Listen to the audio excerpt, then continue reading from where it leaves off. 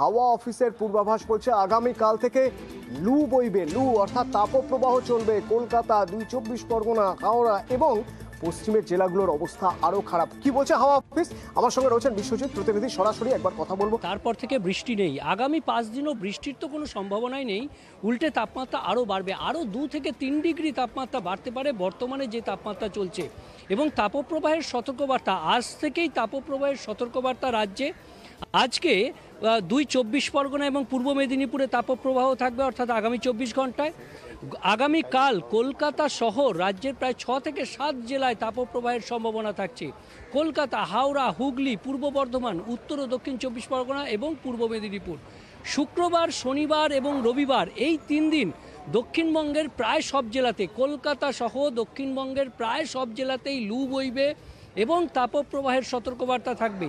শুধুমাত্র দক্ষিণবঙ্গই শেষ নয়, দক্ষিণবঙ্গের ওপরে উত্তরবঙ্গতেও এবার তাপপ্রবাহ।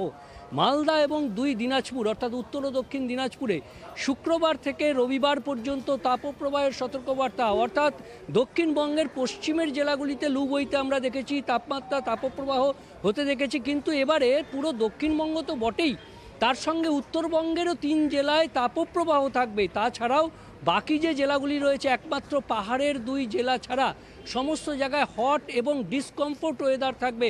অর্থাৎ রাজ্য জুড়েই, কার্যত পাহাড় ছাড়া রাজ্য জুড়েই হট এবং ডিসকমফোর্ট ওয়েদার, এবং এই ওয়েদার চলবে রবিবার পর্যন্ত।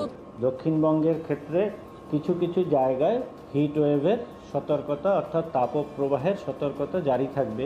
১৩ তারিখে উত্তর দক্ষিণ ২৪ পরগনা, পূর্ব মেদিনীপুর থাকবে, তার সাথে যোগ হচ্ছে কলকাতা, হাওড়া, হুগলি এবং পূর্ব বর্ধমান। ১৪ থেকে ১৬ এই সময়টাতে মোটামুটি দক্ষিণবঙ্গের জেলাগুলোতে আইসোলেটেড রয়েছে, প্লাস উত্তরবঙ্গের মধ্যে ২ দিনাজপুর ও মালদা।